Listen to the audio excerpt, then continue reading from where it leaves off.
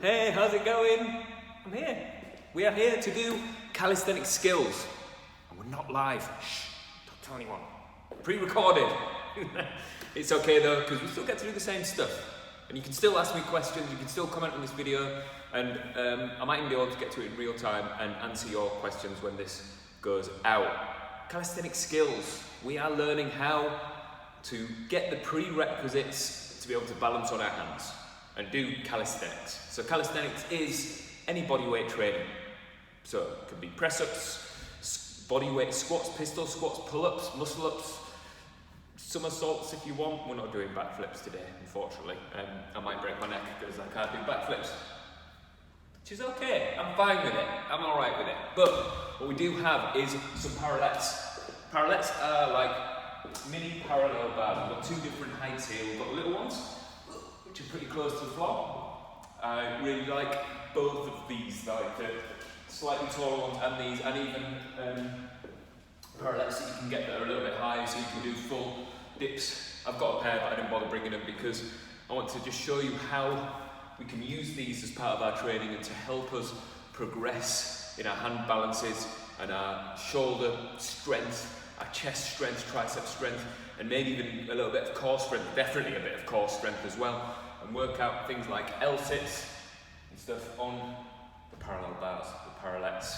So let's get into it. Let's get warmed up first. And as always, we want to look at the prerequisites of what it is that we are doing, which means we look at how our shoulders perform. So if you hold your arms out like this, if you go sideways onto a mirror, squeeze shoulder blades together and go forward and back, and see if you can keep your elbows straight. What I'm after is you being able to control where your shoulder blades go, and understand that this kind of turtle back shape, it can be a strong place, it can be a place of stability, that if you can get good here and then still bend your elbows and hold all of this stuff on, then you might be able to get better at hand balances and pushing your weight around like this, and even maybe even get better at press-ups as well.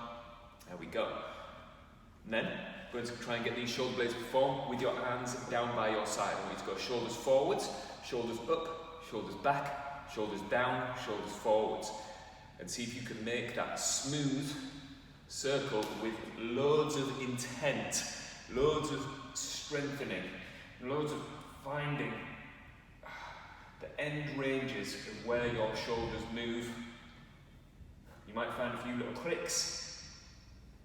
Last one. There we go, change direction. Shoulders up, forwards, down, back. Up, forwards, down, and back.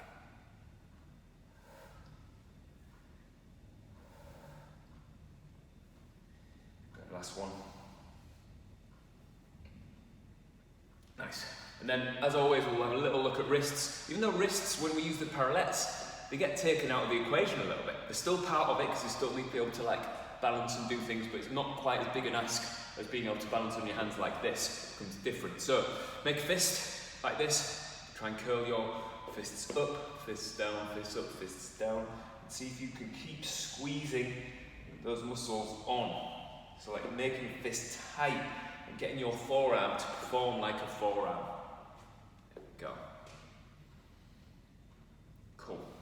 And then let's look at a little bit of plank first. I think about plank a lot, and I talk about it a lot in a lot of my classes in Pilates and yoga. Plank is a good exercise. It's generally agreed that it teaches you to make stability here. But in terms of getting your spine to perform like a spine, it's not the one. Because you throw a ball, you swing this arm back, your spine rotates, you throw like this. It's about your shoulder, about your spine, about your hips, about everything. That's your spine performing. That plank hasn't really changed anything in terms of that throwing the ball for your dog. It's a different thing.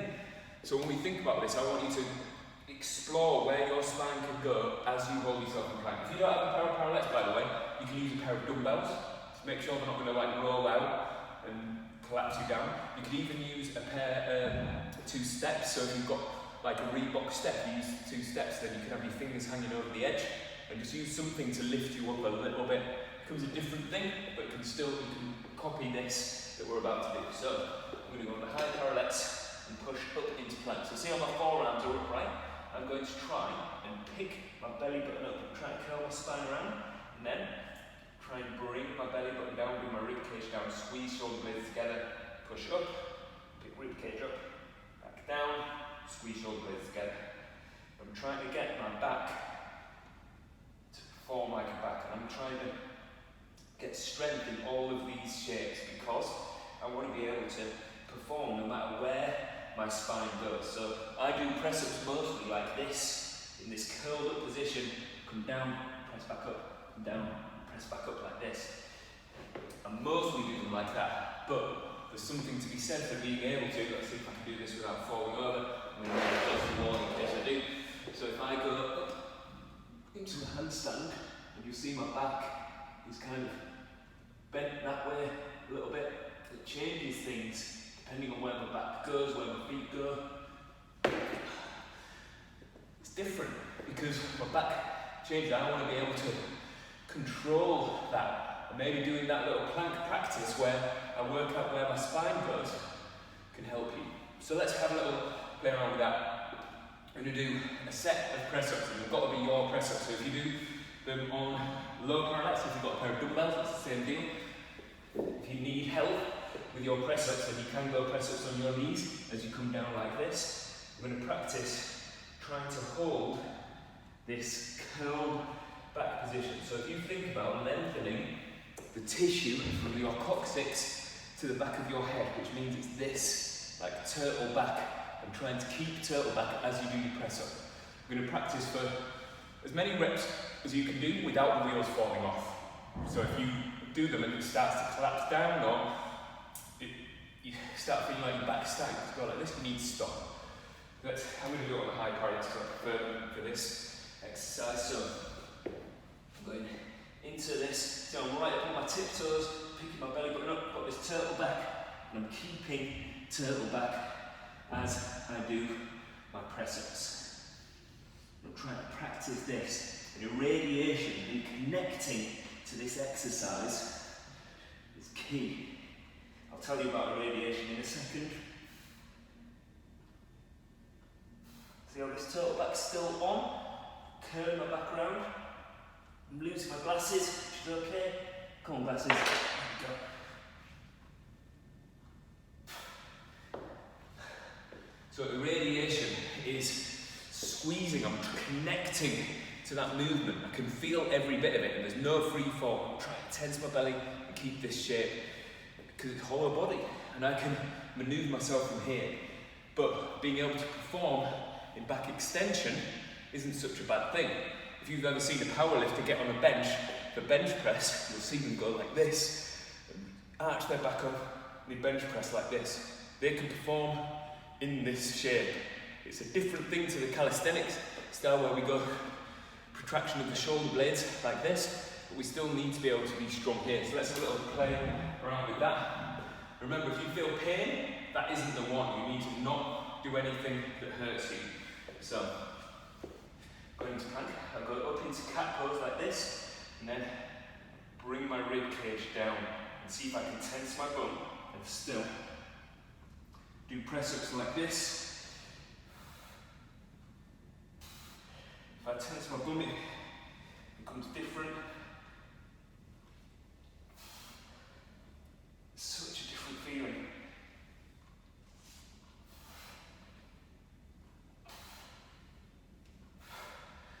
Awesome. So, a lot of the time, I try and teach people away from that shape, but it's not between right and wrong. You'll hear me say that a lot. It's never between right and wrong. It's mostly because that position can be a passive collapse of this, where the muscles in your core aren't part of it, and you're just kind of collapsing down because gravity pulls you this way as you do your press up. Can be if you are doing it on purpose, like you are trying to get this like shoulders back. It can actually help you to create strength so that you can have this shoulder in this position and still make your elbow and your tricep do work with your chest. You just need to work out what you need the most. And we're all different. We're all super different. So you might need that. I don't practice that so much because I don't feel like I use it as much, but knowing the difference between the two and being able to create strength and stability between between those two different shapes can really help. So let's go back and we're going to do another set like this, pushing your chest up, pull your belly button up, get this cat pose shape, so you're trying to lengthen the tissue from your coccyx to the back of your head and try and keep that shape as we do press-ups. Keep squeezing your hands onto the parallettes. Of course, if you're not doing this on parallettes, it still works. It gets more tiring, and we're just after that. As many reps as you can do that you think you're being progressive, so that you're not spending everything you've got. It's not like the hardest set of press-ups you've ever done, but it's getting towards that space where you haven't got much left in the tank, and we readdress it. And we have a little rest, we readdress, and we try and improve. So then, just go like this with me. Put your hand on your chest, hand on your belly, and try and scrunch up the tissue on your back. So you're going into back extension from your thoracic spine. Pull your shoulders down, and imagine doing a press-up like that. That is what we're after, that you're in control of this shape, not that you just kind of hang from plank and just kind of like let gravity pull you down. You're squeezing this and trying to get your chest and your shoulders to perform at the same time. Remember, no pain, apart from like muscle tiredness, lactic acid, that's fine. No actual pain. So, right, squeeze into this extension.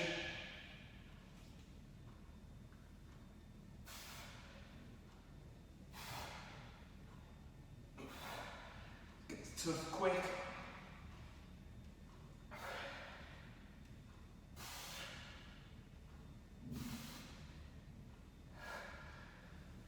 Do.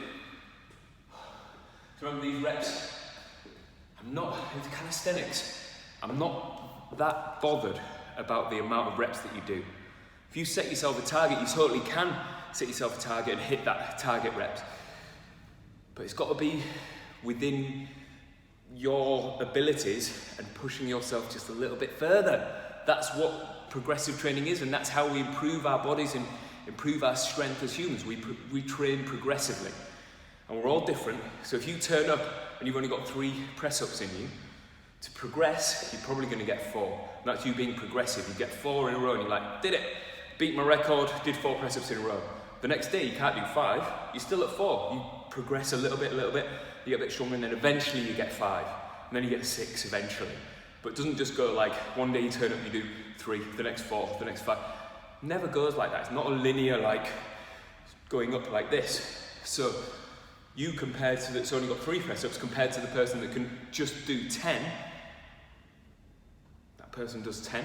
And with calisthenics, you're always working against your body weight.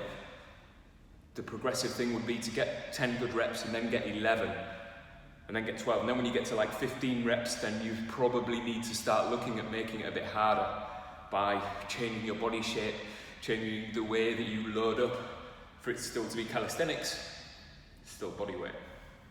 Okay, let's get into something else to do with this strength of pushing your body weight around. This one is going to need shoulder protraction. So your shoulder blades spread like this and your shoulders pull down. Practice this with me. Spread your shoulder blades so they go out this way.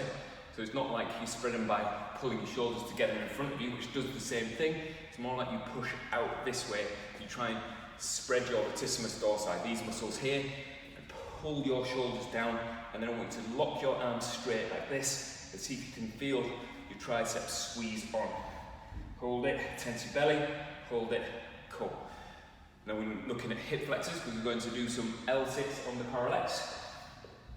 Get into this shape, pick up one foot, straighten that leg out, bring it back, straighten that leg out, bring it back. You're keeping latissimus dorsi spread, shoulders down, and trying to extend this foot, extend this foot. You should probably do it point your toes. Any of you are dancers, you should know about point your toes. That's so hard.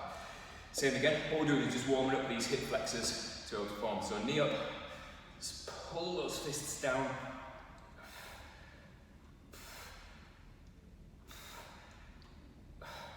Keep going. 3, 2, 1. rest. So you're going to get this to work. So L-sit is that. I'm going to practice that. I'm going to take my trainers off because we don't need any extra weight here. It's hard enough as it is. Let's get this little Parrallette out of the way. So this is kind of why I love these Parallettes, because they're just the right height for me. For me, where I'm at, they are just perfect my height off the floor. I mean, to play around with shapes like this. So you can do this on a pair of chairs as well, but you just have your hands flat like this, obviously. Or you can do it on the back of 2 chairs, but make sure they don't collapse inwards and kind of sandwich in or collapse anyway. As long as you're on 2 sturdy surfaces, push up like this. I want you to have your feet underneath you first and try and find this shape, spreading your shoulder blades, holding yourself, and then just see if you can pick your feet up, hold your knees up in your chest, and hold it. Then bring your feet back down. That's first challenge, holding that for as long as you can. Like max effort. Let's give it a little go and see where I'm at. So push your chest up, hold it, pick your feet up, hold it.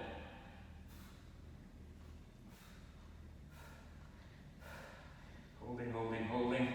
3, 2, 1. And you feel like abs are about to give out because your abs are working hard, pulling your knees up, and you need to be strong enough to spread your shoulder blades and have your shoulders down away from your ears, keeping your neck long to lift you up high enough. So when I get new clients on these, I quite often find they push and they can't lift their feet up because they don't have the shoulder strength and proprioception to be able to know how to get this shape. Okay.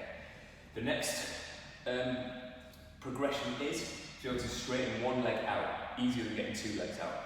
So you push your shoulders down away from your ears, hold yourself up, straighten this leg out, bring it back. Straighten the other leg out, bring it back. And bring it back down.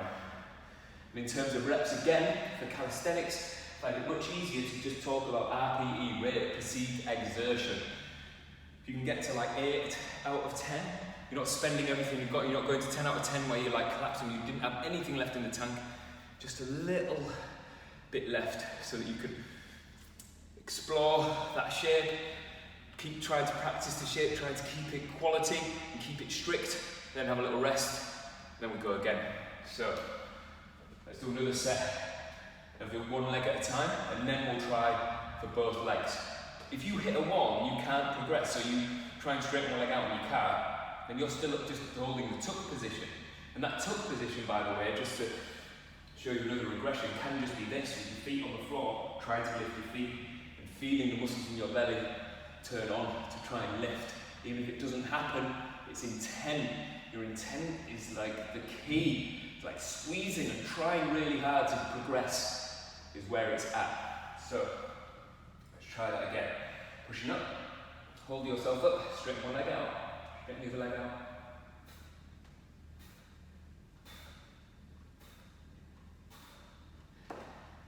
That'll do.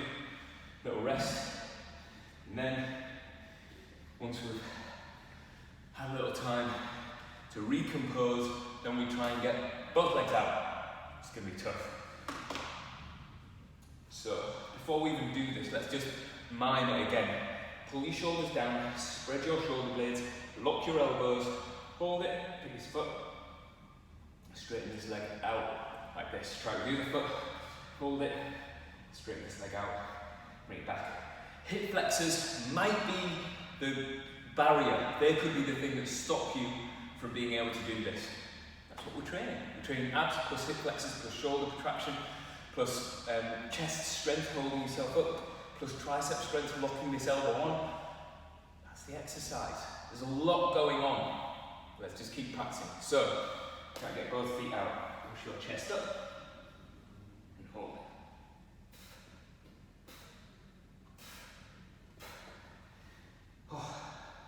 We'll go one more big effort of that, and then we'll get into some more hand balancing. They are so hard. Oh, by the way, the next version up is to get it on a lower parallel or even the floor, but expect cramp abductors get in there, and your rectus femoris probably is very likely to cramp up because it's a new position for your body weight. And what's actually worth mentioning is this is an expression of your hamstring flexibility. So if you're flexible enough to touch your toes, or maybe even get your palms flat on the floor, we're trying to get so that you can own that mobility by fighting gravity enough to be able to hold your feet up with your feet out in front. Let's go one more go at this before we get into hand balances. So holding your chest up, push your shoulder blades down, see how my hips go back, so I'm spreading the weight between the balance point. So the balance point is my fist is kind of in between my thighs and straight out. Oh, come on. Oh, hip flexors burning out there, really tough. You should be able to feel that in your abs. That is core strengthening at its finest. Okay, let's get the high parallettes out of the way and do a little bit of training on the low parallettes, which are exactly the same, literally just a bit closer to the floor. We're going to have a look at doing crow pose. So sometimes if I have clients who have wrists that give them a bit of bother whenever they try and do plank or press-ups or anything like that, we can still work on this strength if you can stack your wrists up. What's important is that you can, let me just come close to the camera so you can see, if you can get your thumb out of the way so you can make this structure here, if I just grab my parallel look. So when you load up, your wrist is flat, look. So see how this forearm to the back of my hand is flat. That is a strong structure, but to get that, this thumb has to kind of go in a straight line across, like that. If your thumb isn't flexible enough, you end up like this, and you end up not being like that, where you've got your wrist bent back. Not particularly wrong, and not a bad shape to be in, but that structure isn't as strong as getting your thumb to be flexible enough to be out of the way, so that you can be like stacked up from your fist there. It's a different thing. So let's have a look at that when we actually bring the parallettes down on the floor. So if you, just like this, look, try to pull this thumb down here, and you can almost see the shelf across here. So I've got fat palms, I think it's probably all the calisthenics. Like this, look. Being able to pull this bone here that goes from the root of your thumb across here needs to be able to go flat across. And if you are really tight here in these muscles, they might need massaging out a little bit, and then give it a little stretch, give it a little fight, and try and own it. Pulling this thumb out of the way, I know that looks really weird, can help to create a structure so that you, when you balance on bars like this, you can make a structure to keep it nice and strong. Cool. Right, let's get into this. So let's just do plank first, thinking about that structure of the thumb. So I go pushing down, squeeze my fists tight, my thumb is out of the way, and that is a strong structure. It's on the heel of my hands. Then we're going to try for a little bit of crow pose. So because you're up higher, it might be that you need to be a bit braver to get yourself to come up into this hand balance. So when I squeeze my knees into my elbows and lean forwards, I need to get my bum up higher before I can lift my heels up and hold this position. And it almost becomes a different strength thing, because you start balancing by doing this little change in your fist. Practice that with me. Tense your shoulder, tense your bicep. So you to poke everything, it's all on, and then just do that with your forearm. It's those little tweaks with this straight line. Just move so you can see, yeah, like that. So you can see the straight line from knuckle down my forearms. If it's like this, it becomes a different thing and it starts being harder. It almost makes you change the shape of your shoulder, and it travels. Same with anything. Whenever you change one joint, the next joint has to accommodate that change. The next joint has to accommodate it, and it changes everything. So let's practice that again. So you squeeze the parallettes, and this works with dumbbells as well, by the way. I meant to bring some dumbbells with me, but it doesn't matter. Same thing. If you do it on a pair of dumbbells, especially hex dumbbells, so they don't roll around, you can get that same thing where you can squeeze and you can irradiate up all the muscles in your arm all the way up to your shoulder. So if I bring my elbows into my knees, bring forward, squeeze my knees into my elbows, pick my feet up, keep squeezing. Yes. Amazing. So, actually, let's show you something cool you can do. If you can get confident with those two shapes, here's a set that you can do. It's very advanced, but it might be able to. It's so advanced that I can't do it on the lower parallettes yet. I'm not quite flexible enough, or not strong enough, especially, to get my feet up high enough to be able to swing in and out of this. You'll see what I mean in a minute. So, I can stand up on these, come into crow pose up here like this, come into L sit, bring it back up into crow pose, into L sit, back up into crow pose, L sit, back up into crow pose. And that is a fun set, and the good thing about that is it teaches you how to lift your hips, which is how we get the strength to be able to go from like a crow pose and up, up into handstands, if I can do that, so that you can start getting your weight onto your hands and manoeuvre your hips up to be able to go straight up into these hand balances, which is so hard, so tough. Okay, what time are we on? I've got loads of time. So, let's practice this getting into crow pose, and then we're going to make your body so resilient to that shape that you can lift your knees up. This is advanced stuff, but it doesn't matter if you're still a beginner, because you can look at this and you can feel how far away you are from just trying. Because if you just try it and it doesn't happen, nothing happens. It's not like you're going to hurt yourself. You just need to be able to get the proprioception to be able to lift your hips to make your knees light. So, if I come down, come into my crow pose, my lower parallettes here, I'm going to try and jump back into plank and push up into plank. And then you can step forwards, go again, jump back into plank, and step forwards.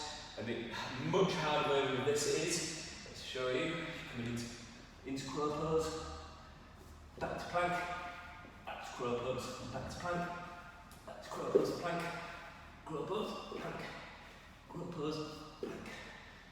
Oh, it's tough. And the thing with that exercise is it challenges you to keep what we've practiced already, this protracted shoulder blade, hollow body here, so your abs are on, you're kind of crunching up here. It gets you to be able to own that shape so that you can start performing in it. And performing in it means that you can manoeuvre your body weight around with the weight on your hands, and it becomes this huge, big skill, which is exciting. So, let's go for one more set of those. What time are we on? Yeah, I've got a minute or two left. Let's get into it, and then we'll do a little bit of stretching, a little bit of mobility to finish up. So, try to lean into crow pose. Let's show you, in fact, I'll show you what to do if you don't quite have that jump back yet. It's not quite in the repertoire. You come up into crow pose, but if you can't get your feet to lift, you just keep squeezing in, push your chest away, and try and keep your chin away from the floor, keep your collarbone away from the floor, and toes are still touching the floor. Maybe you can lift one foot up, then the other. You start to be able to play around with getting that weight forwards enough to be able to lift your hips up, to be able to balance on your hands. If you can't get that balance, record yourself and show yourself the angles that you're at. This is a structure. You are building a building. So it's the same as putting the foundations in the ground and building bricks on top of that. If you don't build your foundation right, your house is going to fall down. So when you look at it, if your forearms aren't stacked up, so you get a straight line from elbow to knuckles, you're not going to be able to balance. If it's even this elbow drops back a little bit, look. So I go like this, my elbow's down here, if I draw a straight line from here, drops back here, I've got no chance of balancing here. And if I don't get my head any further forwards than that, look, no chance of me balancing. I'm quite strong. I can't ever imagine getting my elbows to be there and be able to balance on my hands. So I need to go up higher and get those elbows to travel forwards, forwards, forwards, forwards, forwards until they are stacked up. As soon as my elbows go back, I fall out. If my elbows go too far forwards, then I fall on my face. But the chance of getting them too far forwards is slight. Very rarely do I ever see someone over balancing that way. It's normally that you just collapse downwards, like you collapse down, your knees slip off of your elbows. We can fix that by twisting in. Remember, I keep talking about this rotational tension where you twist your hands in like this. So we'll come up, twist your hands into it, and hold. And that rotational tension is like this, look. So if I pick this up, and I tense my bicep, tense my tricep, I can feel if I squeeze this way, I can feel my tricep on, I can feel my bicep on, put my forearm, I can feel my forearm on, both sides. I've made a structure up here, and at the same time I'm trying to do this. I'm trying to turn my thumb out through, because it's stuck to the floor, it can't get anywhere. And that rotation like this, it's like I'm trying to pull my elbows inwards, creates tension from my serratus anterior that attaches on the underside of my shoulder blade and attaches to my ribs here, comes across here. And that creates this tension in the top of my back. Makes me strong, makes me immovable, makes me be able to balance on my hands, which is amazing. So that's kind of all we have time for. Thank you so much for hanging out. Keep telling people about this channel because we're doing great stuff. I'm so proud to be part of it. We've got some amazing instructors here doing all different kind of workouts. And it's so cool. Thank you for being part of it. I appreciate you all. I will see you next time, tomorrow morning, 10 a.m. for senior yoga, which isn't just for old people, for anyone, but it's senior yoga. So we do anything that keeps you all nice and safe so you don't get injured. All right, thanks guys, see you soon, bye.